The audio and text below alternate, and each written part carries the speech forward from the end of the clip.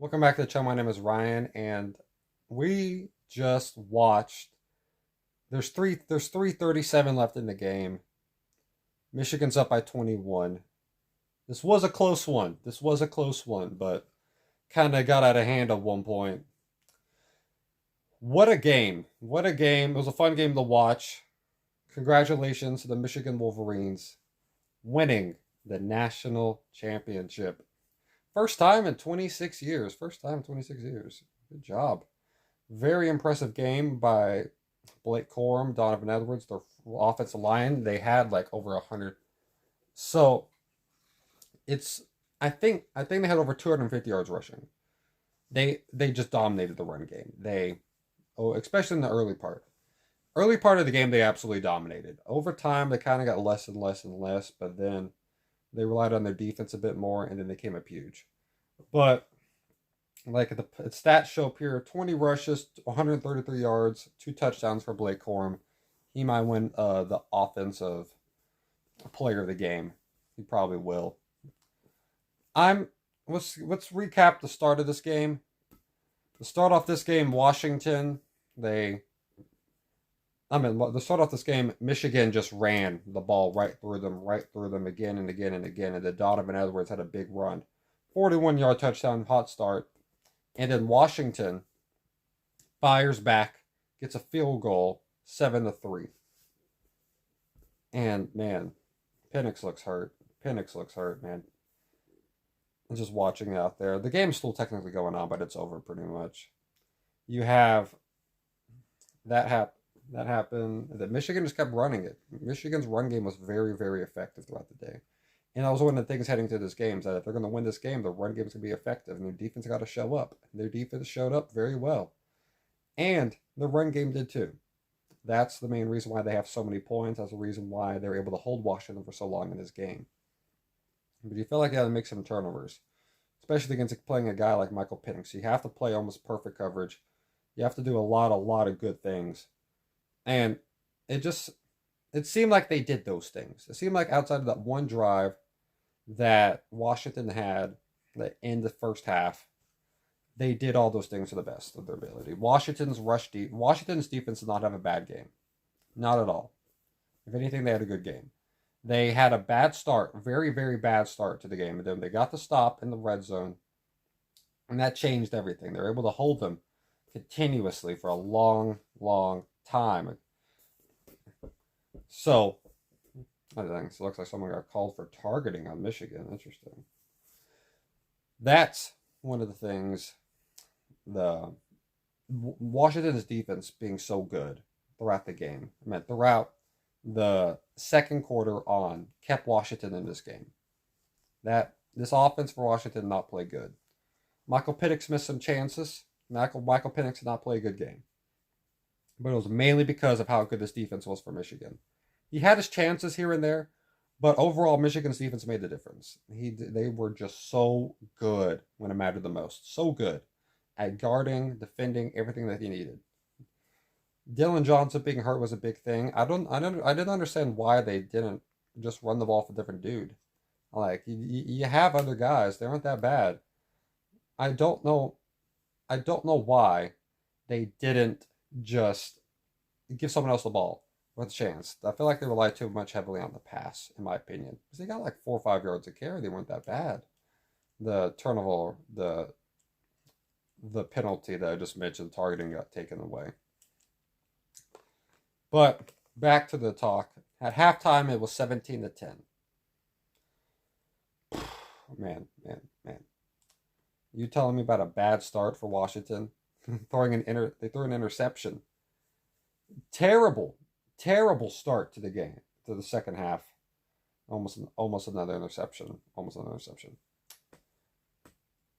by Michael Penix. Yeah, but he threw an interception. The Will Johnson to start off the half. The ball got hit in the air, just fell into his hands. Great play by him. All that stuff.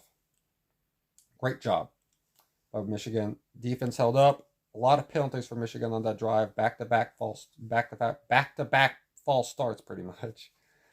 That caused a big difference. It caused a lot of other stuff to happen, and that led to them getting a field goal. Washington responds, gets a 45-yard field goal of their own. And then we have this just back and forth match right now of who's going to do what. Is a big play going to happen here or is there not? And it literally went until the fourth quarter until we got a big play. And it was 13-12. It was 13-20. Washington has his deep shot to Romeo Dunze, 35-yard play. And this play decided a lot of things. This would get them up to the 35-yard line. And it gets called back for a holding call that personally I did not see. I didn't see a lot of that. That was a very questionable holding call. I've seen a lot less. I've seen a lot more not be called than that. That's the thing. You see a lot more not be called than that. That would be questioned. And then there goes another drop for Washington. Another problem Washington has been drops. But today, that happened. But that just happened. Drops have been a big problem. But they got called back. Then Michigan gets the ball at the 29, at their own 29, and they get a big play to Colton Loveland. That should have been a holding call because the dude was about to sack J.J. McCarthy. J.J. McCarthy did not have a great game, but he made some big plays when he had to, and even then it was not a whole lot. But he should have had a holding call on him, which was very weird having that almost happen back to back. But I get it, refs miss calls. I get that. Michigan goes down, gets a touchdown. Almost another interception. Goodness, Michael Penix. And Washington gets another opportunity to get a big play to Romeo Dunze, get down. And this is like the fourth or fifth false start Washington had. Another big thing that happened that hurt them was their false starts. A lot of self-enforced penalties. A lot of bad things they did today.